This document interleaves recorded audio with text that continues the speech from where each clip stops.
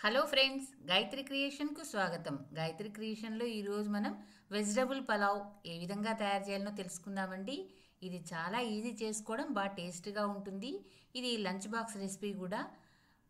అన్ని మసాలాలు కలుస్తాయి కాబట్టి మంచి టేస్ట్గా ఉంటుంది, ఆరోగ్యానికి కూడా మంచిది.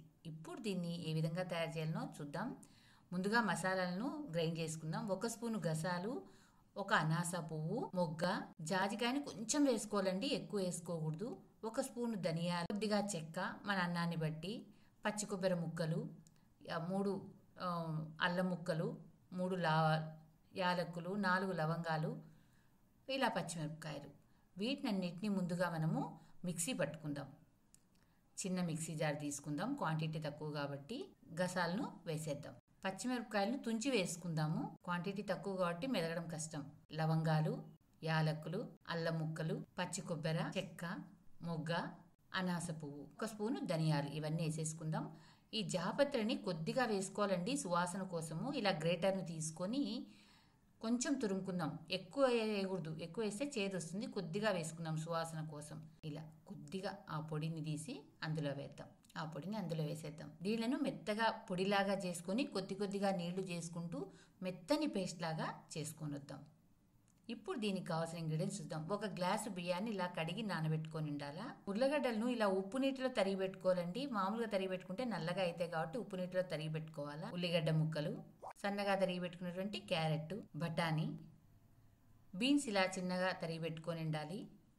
సన్నగా తరిగి పెట్టుకున్నట్టు పచ్చిమిరపకాయలు, డంబి, కొత్తిమీర, కరేపాకు, మనం గ్రైండ్ చేసి పెట్టుకున్నటువంటి మసాలా, 1 బిర్యానీ ఆకు, మనము తిరువాత వేసుకోవడానికి నెయ్యి వేసుకుంటే మంచి టేస్ట్ వస్తుంది, మితువుగా కూడా ఉంటుంది. ఇప్పుడు ఎలా చేయాలనో చూద్దాం. ముందుగా స్టవ్ వెలిగించుకొని బాణల్ని పెట్టుకుందాం. 3 స్పూన్ల నెయ్యిని వేసుకుందాం. నెయ్యి బాగా కాగిందండి. ఉల్లిగడ్డలను వేసేద్దాం. వేసేసి కొద్దిగా వేయిద్దాం. బిర్యానీ ఆకును కూడా వేసేద్దాం. మనము సన్నగా తరిగి క్యారెట్ ముక్కలను వేద్దాం.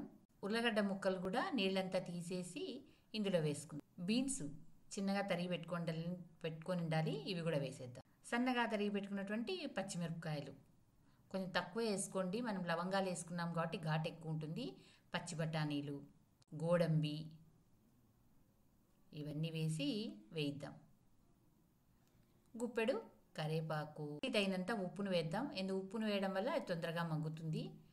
1 అర్ధ స్పూన్ ఇంగువను వేసుకుందాం. మసాలాలో ఎల్లిపాయలు వేస్తే ఇక్కడ ఇంగు వేయద్దండి, ఏదో ఒకటి మాత్రమే వేయిద్దాం. ఇప్పుడు మూత పెట్టి దీన్ని మగ్గనిద్దాం. మూత తీసి చూద్దామండి. ఈ విధంగా మగ్గింది. దీన్నంతా బాగా కలిపేద్దాం. మనము మిక్సీ పట్టుకున్నటువంటి మసాలాలంతా ఇందులో వేసేద్దాం. పచ్చి వాసన పోయేంత వరకు దీన్ని కలుపుదాం. కొద్దిసేపు 1 నిమిషం అలా వేయించేద్దాం. ఈ గ్లాస్తో 1 గ్లాసు బియ్యం తీసుకున్నాం కాబట్టి 3 గ్లాసుల నీళ్ళని పోయాలి. అంటే 1:3 నిష్పత్తి అన్నమాట. 3 గ్లాసుల నీళ్ళని పోసుకుందాం.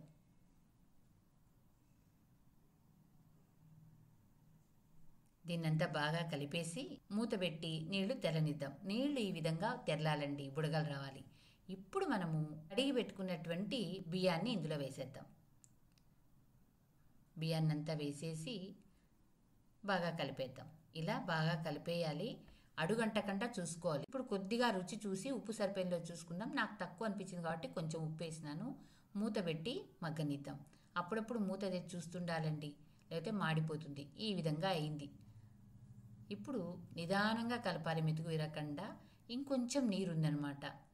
దీన్నంతా బాగా కలిపి మళ్ళీ మూత పెట్టి మగ్గనిద్దాం. మూత తీసి చూద్దాం, ఆవిర్లు వచ్చినాయి. దీన్నంతా ఒకసారి బాగా అట్లా కలిపేద్దాం. ఉడికిందో లేదో కొద్దిగా చూద్దాం. ఇంకొంచెం పలుకుగా ఉంది కాబట్టి దీన్ని మళ్ళీ మూత పెట్టి మగ్గనిద్దాం.